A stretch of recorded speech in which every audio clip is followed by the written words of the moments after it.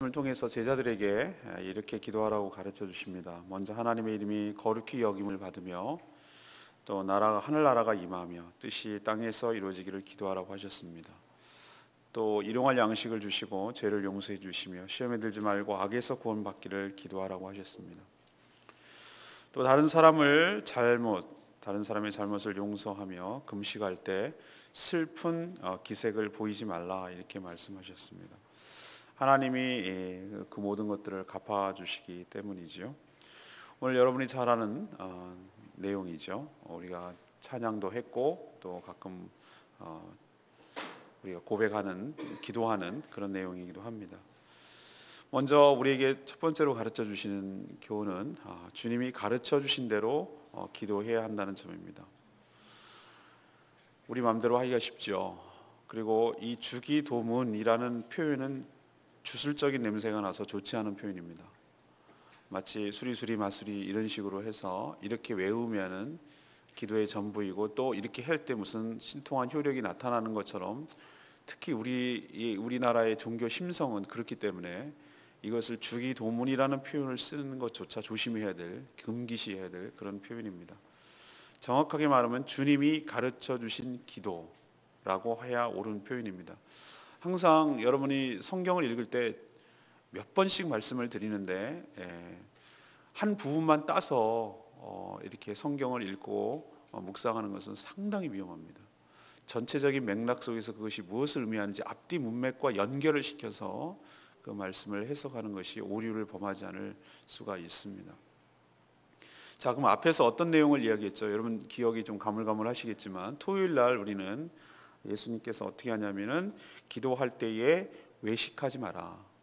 다시 말해서 남한테 보이려고, 하나님이 아닌 남에게 보이려고 그렇게 큰 거리 어귀나 회당 그 다음에 성전에서 기도하지 마라. 그 지침 하나. 또 하나, 중언부언하지 마라. 중언부언. 이건 이방인이 구하는 것이다. 대표적으로 엘리야 선지자가 이 바알과 아세라 선지자 850대 1 갈멜산에서 싸울 때 했던 그 이방인들의 기도가 중언부언 기도죠. 그러면은 이렇게까지 얘기해 놓으면은 제자들이 어떻게 생각해요? 그럼 어떻게 하라는 겁니까? 라는 맥락이 당연히 질문이 나오겠죠. 그렇게 하지 마라라고 부정을 했으면 그럼 어떻게 하라는 겁니까? 라는 논리적 순서가 나오는 거죠. 그래서 예수님께서 그러니 또 예수님의 제자들이 얘기를 했어요. 아마 세례 요한은 이렇게 기도하라고 샘플을 가르쳐 줬던 모양이에요. 기도의 문이 있고 그런 형식이 있었던 것이. 세례 요한의 공동체가 그런 것들이 계속 제자들이 있고 공동체 생활을 할 경우에 이런 기도의 샘플이 있었어요. 그 세례 요한의 제자들이 예수님의 제자를 옮겨갔으니, 그러니 또 이제 궁금하고 우리도 그러면 가르쳐 주십시오라고 이렇게 얘기를 한 것이죠. 자, 지금까지 잘못된 기도를 새롭게 규정하시고, 그렇게 어제 주일 설교에서 말씀드렸습니다만 예수님이 율법에 대한 새로운 지평을 열었단 말입니다. 그것을 폐지시키는 것이 아니라 그 진정한 율법의 의미에 대해서 그것을 완성하시고 새롭게 규정하시고 새롭게 전개해 나가시는 시작점, 모든 것을 다 종합하는 꼭지점, 그리고 거기서부터 출발하는 새로운 시작점, 예수님의 역할이 그런 역할, 예수님의 좌표가 거기란 말입니다. 모든 구약이 다 촘촘히 그물망돼 있는데 예수님을 향해서 다 하나로 모이는 거예요. 그리고 모든 신약의 지평들, 신약에서의 지평들은 예수님을 통해서 다 퍼져나가는 것이. 그런 맥락에서 오늘 기도도 예수님의 시각에서 새롭게 규정하고 새롭게 출발시키고 새롭게 우리가 받아야 될 줄로 믿습니다. 자, 그러면 어떻게 말씀하시는가? 먼저 기도의 대상이 누구인지를 분명하게 말씀하세요. 하나님을 아버지라고 부르시는데 여러분 굉장한 쇼킹한 사건입니다. 우리는 이제는 너무 익숙해져서 하나님 아버지라고 말하는 것이 이제 일상적이 되었고 그것은 이제 자연스럽게 되었습니다. 그러나 우리는 예수님 시점으로 우리의 시간을 돌려놓고 딱 보면은 이 제자들이 이렇게 말하는 것 그 자체가 상당한 파격이에요. 하나님을 감히 아버지라고 부를 수 있는 자는 이 세상에 아무도 없어요. 하나님의 이름조차 부르는 것을 꺼려했어요. 그들은 하나님의 이름이 그래서 정확하게 내려오질 못해요. 그냥 둘러서 우회적으로 말하던 시절이었어요. 하나님의 이름을 어떻게 감히 그분의 이름을 부르냐 이거예요. 찬송 받으실 자 이런 식으로 우회적으로 했어요. 그래서 그 그 말은 있는데 그것을 말할 표현을 못하니까 그래서 쭉 내려오다가 우리는 여호와라는 이름을 붙이는데 그게 왜 그렇게 되냐면은 정확하게 내려온 게 없으니까. 근데 저 정확하게 말하면은 야훼 하나님이 맞는 것 같아요. 발음상으로 보면 야훼가 더 가까운 것 같아요. 여호와는 이게 굳어져 가지고 우리는 그냥 그렇게 나가는데, 여기서 중요한 것은 그 정도로 하나님을 높였는데 예수님은 말할 때 뭐라고 하냐면 하나님 아버지라고. 예수님은 그렇게 말할 수 있어요? 하나님 아버지 맞으니까. 그런데 그러니까 제자들이 곧 우리라고 할 수 있다면 제자들에게 하나님 아버지라고 말하는 것, 그렇게 기도해라 라고 말하는 것은 기도에 완전히 새로운 장을 열어주는 거예요. 그 혜택을 우리가 보고 있는 줄로 믿습니다. 새로운 관계가 규정되는 것이, 그분은 너무 높고 높은 분, 우리를 창조하신 분, 이 모든 세계를 운행하시는 분이시지만 그런 분이 우리와 부자 관계처럼 친밀한 관계를 유지하시고 우리를 영적으로 낳아주셔서 우리의 아버지 되신다는 것을 인식하고 들어가는 기도는 기도의 차원이 질이 달라질 줄로 믿습니다. 우리도 그런 마음을 가져야 되는 것이, 이것이 우리에게 기도의 새로운 장을 열어주고 새로운 인식을 하게 하는 아주 중요한 출발점이에요. 누구에게 기도하느냐? 그런데 그 기도하는 대상과 나와의 관계가 무엇이냐? 이것부터 알고 들어가고 인식하고 들어갈 때 기도가 풍성해지고 은혜가 충만하게 될 줄로 믿습니다. 우리는 하나님 아버지께 기도하는 줄로 믿습니다. 그리고 하늘에 계신이라고 표현하고 있어요. 우리는 이 동시에 이 두 가지의 이 상반된, 어쩌면 모순되는 논리를 잘 설명할 수 있어야 돼요. 하나님을 우리가 어떻게 인식을 해야 되는가? 아버지처럼 친밀하게, 아버지처럼 편안하게, 아버지처럼 이렇게 해야 되지만 그렇다고 맘먹어서는 안 된다는 뜻이에요. 하늘에 계신이라고 말하는 것은 스카이의 개념, 블루 스카이의 개념이 아니에요. 이 공간에 위에 있는 지구권, 대기권, 성층권 이딴 식으로 말하는 그 하늘이 아니에요. 하늘이라고 말하는 그들의 인식, 이 메타포 은유는 초월적인 존재라는 거예요. 너무너무 우리 인간이랑은 어떻게 할 수 없는 차원이 다른 존재라는 거예요. 하늘이라는 의미, 여기서의 하늘이라는 의미는. 그래서 영광과 위엄이 있는 분이라는 뜻이에요. 사랑하는 여러분, 우리 인간이 하나님을 대할 때 이 두 가지 태도를 취해야 될 줄로 믿습니다. 어떤 태도냐? 하나님 아버지라는 친밀함과 그 관계 속에서의 누리는 자유함과 편안함과 가까운 이런 것들을 느끼는지만 그렇다고 함부로 경홀히 여겨서는 안 되는 하늘에 계신 분이라는 이 두 가지 상반된 모순되는 감정 같지만, 모순되는 말 같지만 이 두 가지가 함께 들어간 상태에서 하나님께 간구하고 기도할 때 여러분이 하나님 앞에 바른 자세를 취하게 되는 줄로 믿습니다. 그리고 제일 먼저 뭐 합니까? 내 필요를 구합니까? 지금 앞에 부분의 서두에서 반을 딱 잘라서 세 개 놓고 나면은 앞에 있는 것은 하나님을 향한 기도를 먼저 하는 것이. 우리도 어떤 대상을 향해 갈 때, 높은 사람 갈 때 그분을 만났을 때 예의를 갖추고 인사를 하고 본론으로 들어가는 것이죠. 근데 우리는 들이대면서 우리 애기들처럼, 그게 아주 미숙하다는 뜻이에요. 어린아이 같으면 뭡니까? 앞에 다 잘라버리고 인사하는 거 뭐 하는 거 다 잘라버리고 뭐부터 합니까? 뭐 주세요부터 시작하는. 우리 그 이든샘도 알아요. 이든샘도. 제가 설교 끝나고 하면 이제 먹을 때가 됐는구나 라고 하고 정중하게 이렇게 목사님 이렇게 하고, 그리고 이제 본론 사탕을 얘기하는 거예요. 애도 알아, 애도. 근데 우리는 그거를 놓친다 이 말이에요. 하늘에 계신 아버지에 대한 뭐죠? 친밀함이 너무 앞서다 보니 너무 함부로 먼저 나간 수가 있어요. 그러면 안 되고 하나님 아버지 되시지만 하늘에 계신 분인 것을 인식하고 그 초월적 존재와 그 차원이 다른 그분께 뭘 해야 되죠? 예의를 갖추고 그 마음을 가지고 가야 되고, 또 앞에 있는 내용이 지금 무슨 얘기냐면은 그런 하나님 아버지께 먼저 구해야 될 것이 뭐냐면은 내 일용할 양식이 아니라 하나님의 이름이 거룩히 되기를 기도해야 될 줄로 압니다. 하나님의 이름이 함부로 여겨지지 않기를, 하나님의 이름이 함부로 폄하되지 않기를, 하나님의 영광이 가려지지 않기를, 하나님의 이름이 존귀하게 되기를, 그렇게 먼저 기도하시는 여러분 되시길 바랍니다. 이름이 거룩히 여김을 받으시라는 얘기는 하나님의 존재 자체를 인정하고 하나님의 존재가 높아지기를 먼저 그렇게 기도하는 거예요. 찬양이에요. 찬양. 하나님을 높이는 송영이고 영광이에요. 그리고 뭘 기도합니까? 하나님의 나라가 이 땅에 임하기를 기도해야 될 줄로 믿습니다. 이것이 바로 우리가 구해야 될 첫 번째 기도예요. 하나님의 나라가 임한다. 이미 임했습니다. 하나님의 나라란 어디 땅 따먹게 하듯이 어디부터 어디까지가 하나님 나라가 아니에요. 이 세상에는 우리가 나누는 영토, 일본, 중국 뭐 이렇게 나누는 영토의 개념이 있지만 그거와는 전혀 상관이 없어요. 어저께 TV 보는데 동물들은 국경의 의미가 없어. 여기가 카자흐스탄인지 여기가 몽골인지 여기가 중국인지 걔네들한테 개념이 없어. 그냥 걷는 곳이 자기 땅이고 사는 곳이 자기 땅이에요.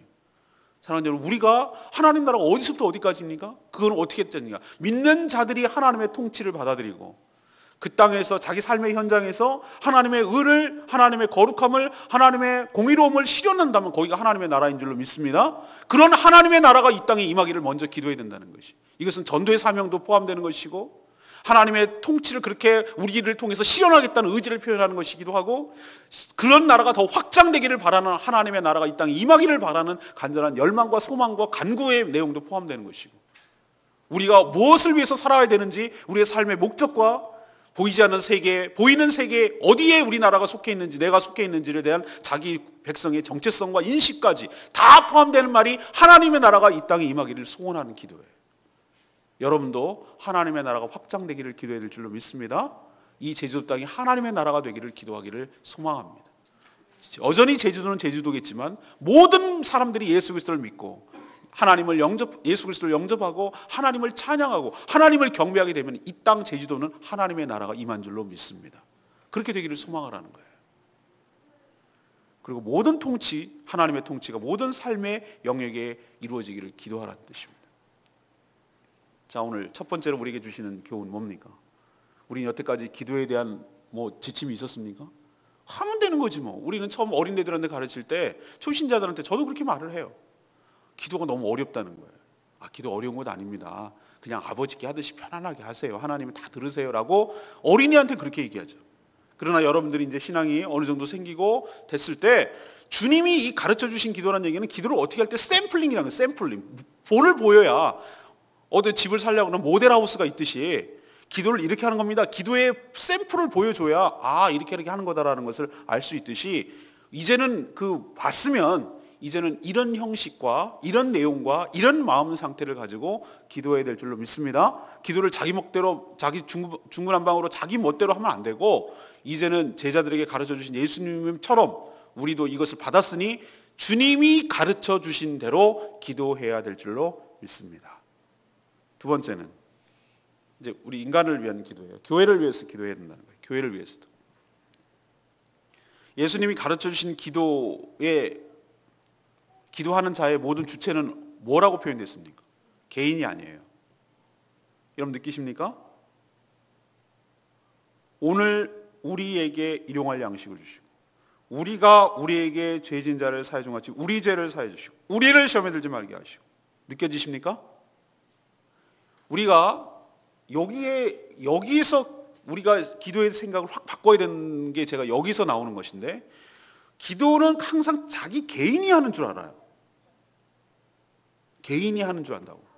근데 오늘 예수님이 가르쳐 주신 기도 내용을 통해서 우리가 기도에 대한 생각을 확 바꿔야 되는 게 하나가 있는데, 기도는 개인이 하는 것처럼 보이지만 공동체적으로 해야 될 줄로 믿습니다. 이게 상당히 차이가 있는 거예요. 자기 혼자의 욕심을 구하고 자기 혼자의 필요를 채우고 자기 혼자의 영광을 추구하는 그런 기도는 틀린 기도라는 거예요. 그 잘못된 기도라는 거예요. 항상 어느 것을 바탕을 깔고 있어야 되는가? 우리라는 교회의 중심을. 지금 교회가 지금 하나님께 기도하고 있어요. 여러분 느껴지세요? 여기서 우리라는 개념은 복수의 개념이 아니라 공동체의 개념이에요. 예수 그리스도를 믿는 자들의 공동체가 하나님 앞에 간구하고 기도하는 것이. 이걸 안다면 기도의 그 폭과 깊이가 확 달라질걸요? 내가 혼자 기도하는 거, 나 혼자 기도하는데 누가 뭐라고 그래? 이런 저급한 개인주의적인 기도가 아니라, 우리가 합심하여 모여서, 그리고 기도하는 내가 하는 것은 맞지만 우리의 기도의 내용이 우리 교회의 필요로, 교회를 주체로, 교회가 하나님 앞에 간구하고 기도하는, 예수님의 이름으로 그렇게 할 때 기도의 내용이 풍성해질 줄로 믿습니다. 자, 뭘부터 구해야 될까요? 일용할 양식을 구해야 돼요. 일용할 양식. 광야의 만나처럼 하나님은 광야처럼 우리에게 척박한 삶을 살지만, 하나님께서는 우리에게 일용이 뭡니까? 하루에 쓸 분량의 양식을 우리에게도 주십니다. 간구하고 기도할 때. 자, 그러면 왜 일용할 양식을 달라고 구하라고 하는가? 이왕이면은 한꺼번에 구하면 안 되는가? 일주일치를 구하면 안 되는가? 두 가지 문제가 있어요. 그렇게 해서 잠겨놓으면, 창고에 쌓아놓으면, 우리식으로 하면 통장에 쌓아놓으면 하나님을 매일매일 의지하기보다는 그것을 의식하고 그것을 의지하고 거기에 관심이 가 있어요. 그래서 하나님은 하루 쓸 분량이면 충분하다는 거예요. 그리고 매일 양식을 공급된다면, 매일 양식이 공급되는 것을 경험한다면 우리 하루의 삶이 하나님만 의지하는 삶이 될 줄로 믿습니다. 또 하나는 내일, 뒤에 나오지만 내일 일은 내일이 걱정하도록 내일의 주인 되시는 하나님께서 모든 삶을 책임져 주실 줄로 믿습니다. 이런 믿음이 일용할 양식을 구하는 것 안에 다 들어가 있어요. 우리가 필요한 것, 하루 살아가는 데 필요한 은혜를 공급하면 받으면 되는 거예요. 그걸 구하면 되는 것이에요. 광야에서 이스라엘 백성들이 욕심부리면 다 썩었어요. 만나가. 안식일에는 더블을 받았지만, 두 가지를 모았지만 귀찮다고, 가기 싫다고 자기가 먹을 분량 이상을 구해놨더니 만나가 썩었어요. 우리에게 중요한 얘기를 여기서 하시는 거예요. 사랑하는 여러분, 여기가 양식이 그럼 오늘 먹거리만 주면 되겠네 라는 육신적인 의미로 해석하면 안 됩니다. 이 양식이, 일용할 양식이 저는 뭐겠습니까? 우리에게 필요한 은혜일 줄로 믿습니다. 우리에게 필요한 하나님의 말씀일 줄로 믿습니다. 우리가 매일매일 하나님의 양식을 공급받지 않으면, 매일매일 그 일용할 양식을, 은혜를 사모하지 않으면, 어제 받았던 은혜 가지고 그냥 어떻게 버텨보려고 한다면 그게 바로 문제라는 것이에요. 우리가 기도할 자세가 뭐냐, 이 기도도 내용도 있지만 이렇게 살기를 바라는 마음도 있는 것이거든요. 그렇기 때문에 우리는 어떤 자세로 하나님께 취해야 되는가? 하나님, 오늘 일용할 양식을 주시옵소서.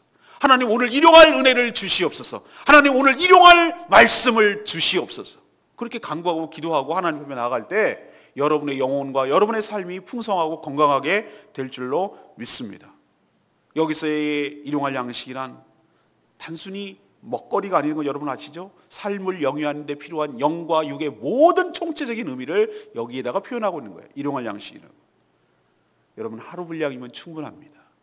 하나님께서 여러분의 삶을 너무나 잘 아시기 때문에 매일매일 공급하여 주실 줄로 믿고, 하나님께서 여러분의 삶을 하루하루의 것을 책임지실 줄로 믿고, 여러분은 매일매일 은혜를 사모하는 여러분 되시기를 간절히 바랍니다. 또 두 번째 얘기는 뭡니까?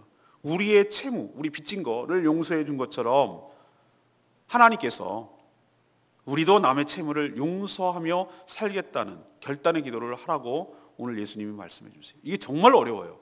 근데 왜 이런 기도를 맨날 해야 됩니까? 라고 말하니까 제가 이제 깨달았어요. 우리는 용서하기가 얼마나 힘든 존재인지 알아요. 우리 초등학교 때 싸워가지고 선생님이 나오라고 그랬고 서로 화해해, 용서해, 포옹해, 그게 끝입니까? 난 그렇게 하는 자체가 더 막 앙금이 쌓이던데 저는요. 여러분 그런 마음 안 드세요? 그 인위적으로 그렇게 강압적인 권위에 의해서 혼날까봐 그렇게 용서했지만 내 마음속에는 더 이렇게까지 해야 되는 비굴함과 그게 자존심 상해서 더 화가 나던데요 저는. 우리는 절대로 그렇게 해서 용서가 되는 사람들이 아니에요. 용서요? 의지적인 결단이 필요해요. 의지적 결단이 필요하다고. 무슨 얘기냐면은 우리가 이렇게 올라옵니다 여기까지. 그럴 때마다 나는 하나님 오늘도 용서하기로 결단합니다. 선택합니다. 그리고 내어놓습니다. 풀어놓습니다. 그리고 용서합니다. 이것이 어쩌면 매일매일 반복될 수도 있어요. 자기가 상처받은 만큼. 그러나 우리가 하나님이 나에게 하셨던 것처럼 이 승질나면 그냥 이걸 어떻게 하고 하나님이 나에 대해서 가만히 죄인 되었을 때를 생각해 보면은 내가 얼마나 하나님 마음을 아프게 해드리고 속썩이고 정말 용서 못할 죄인인데 그걸 길이 참으시고 또 한 번 참으시고 용서하기로 결단하셨어요. 왜? 얘가 나중에 하나님은 우리의 인생을 전체를 다 보시니까 우리 인생을 현재처럼 미래까지 다 보셨다면 이 자가 언제 시점이 되면 언젠가는 예수 그리스도를 통해서 믿고 예수 그리스도를 통해서 구원받고 예수 그리스도를 통해서 그 죄값이 치러진 것을 하나님은 알고 계시기 때문에 우리가 죄인 되었을 때 예수 믿기 전이라도 하나님 그 인생을 보시고 정말로 화가 나시고 정말로 용서가 안 되지만 예수님 모시고 또 참고 또 예수님 모시고 또 용서하기로 결단하고 또 예수님 모셔서 봐주고 이렇게 해온 인생이 우리의 인생인 줄로 믿습니다. 만약에 하나님 성질대로 했고 그랬으면 우리가 죽었어요 벌써. 그럼에도 불구하고 우리가 이렇게 용서함을 받아서 또 우리가 예수 그리스도를 믿었는데도 이렇게 연약함 가운데 살아가는 우리들의 모습을 또 용서해 주시는 하나님의 마음처럼 그 은혜를 경험했으니 우리도 어떻게 하라는 거예요? 10,000달란트 탕감 받았으니 100데나리온 빚진 자에게 멱살 잡지 말라고. 그리고 놔주라고. 너를 위해서 놔주라는 거예요. 그래야 네가 그 사람으로부터 벗어난다는 거예요. 안 그러면 네가 거기에 갇혀버린다는 거예요. 그러니 매일매일 올라오는 용서하지 못할 마음이 있더라도 의지적으로 저는 하나님 용서하기로 선택했습니다. 용서하기로 결단했습니다. 하나님께서 나를 그렇게 하셨듯이 저도 그렇게 하기를 선포합니다. 주님, 저를 풀어주시고 저 사람을 풀어주시고 제가 용서할 마음을 주시옵소서. 이것이 계속 반복되다 보면, 오늘 말씀 분명히 나오죠. 매일매일 반복되다 보면 어느 순간에 그것으로부터 하나님 자유하게 되고 여러분이 풀어지게 되고 진정으로 용서를, 이제 그 사람이 생각이 안 나는 수준까지 되면 용서가 된 거예요.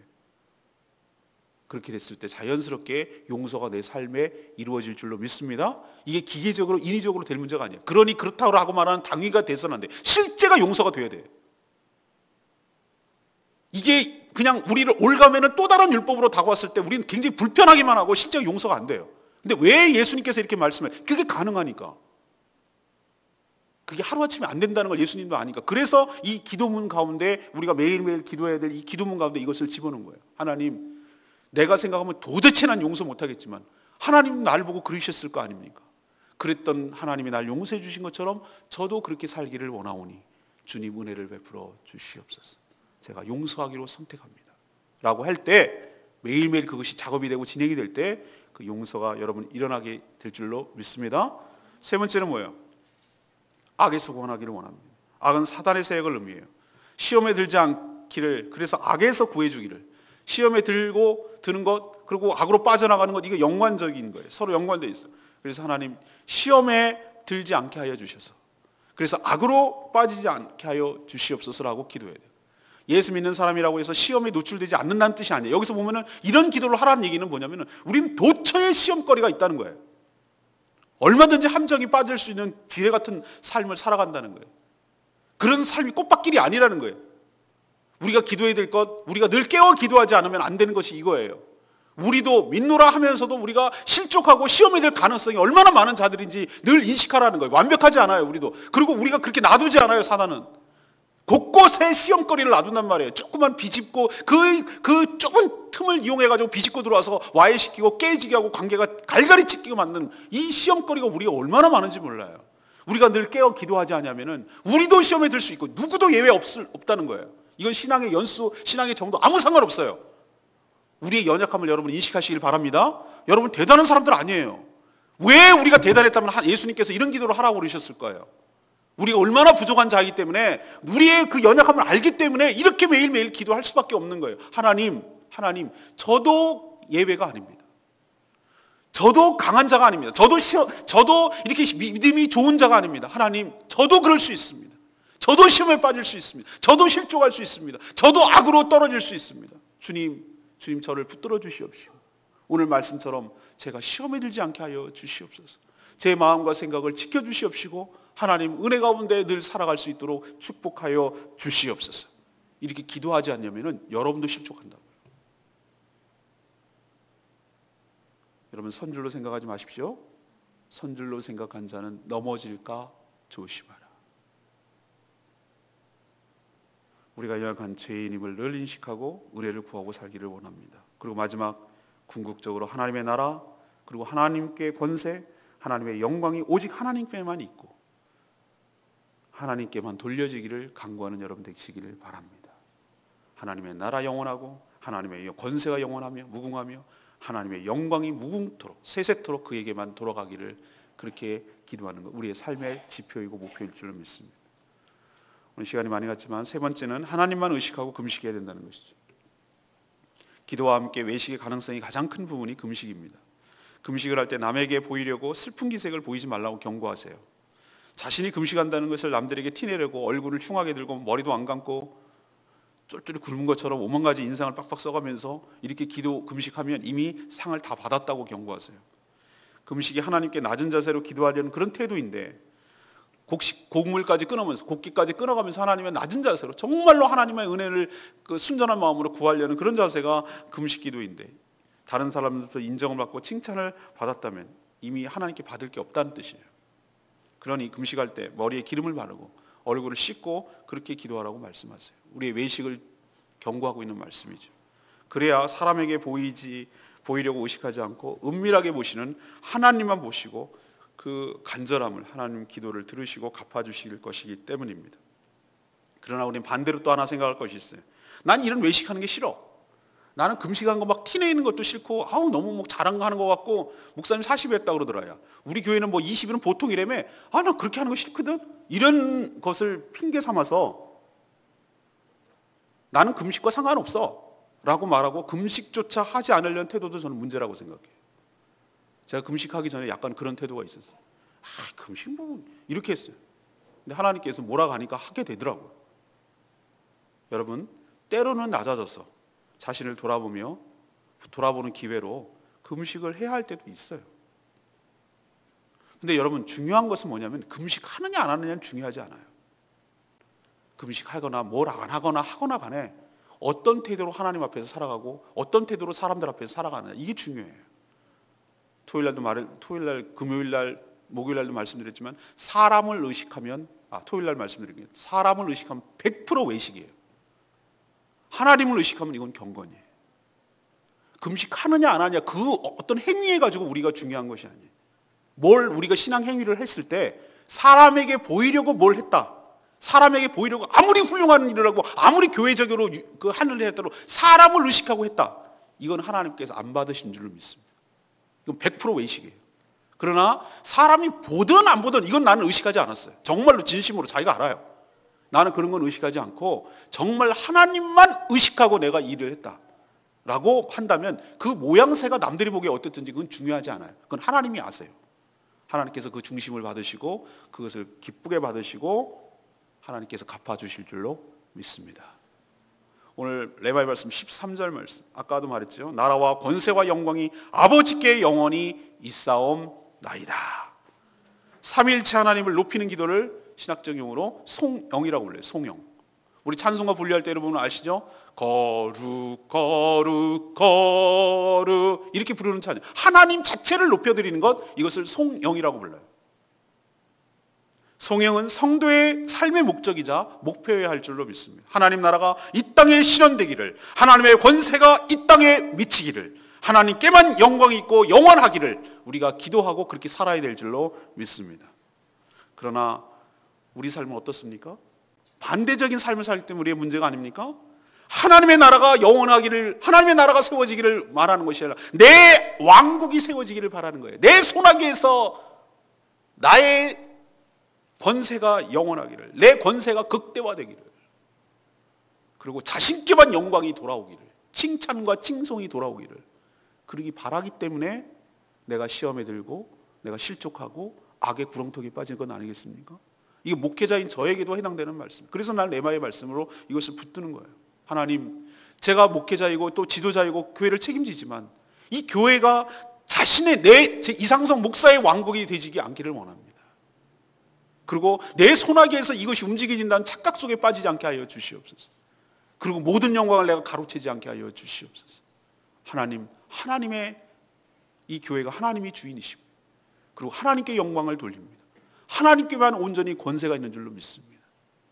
하나님, 저의 삶을 통해서 그렇게 되기를 소망합니다. 이렇게 살아가는 태도가 여러분 올바른 삶의 태도고, 예수님께서는 그것을 가르쳐 주려고 기도의 형식으로 우리에게 가르쳐 주신 줄로 믿습니다. 여러분도 그렇게 살기를 간절히 바랍니다. 오늘 세 가지 말씀드렸습니다. 우리 기도할 때 어떻게 한다고요? 오늘 주님이, 제가 이 짧은 원래 주님이 가르쳐 주신 기도를 가지고 어떤 목사님은 6개월 동안 기도하는 분, 6개월 동안 설교하는 거 봤어요. 한 센텐스가 굉장히 풍성한 내용이 너무 강한데 여러분은 오늘 한 20여 분 만에 다 소화했어. 근데 좀 어설프긴 했지만 여러분 또 다음에는 제가 주일날 어쩌면 설교할 수도 있겠고, 어쨌든 간에 여러분 이것을 잘 소화해내시고 주님이 가르쳐 주신 대로 기도하고 주님이 가르쳐 주신 대로 살아가기를 간절히 바랍니다. 외식하지 마시고 하나님께만 영광, 하나님께만 권세, 하나님의 나라가 이 땅에 임하기를 그렇게 살아가는 저와 여러분 되기를 소망합니다. 오늘 말씀 붙들고 기도하기 전에 290장 부르고 기도하겠습니다.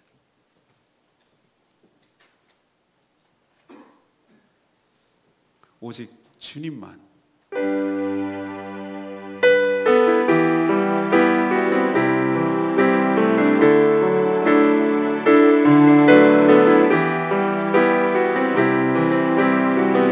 오직 주님만,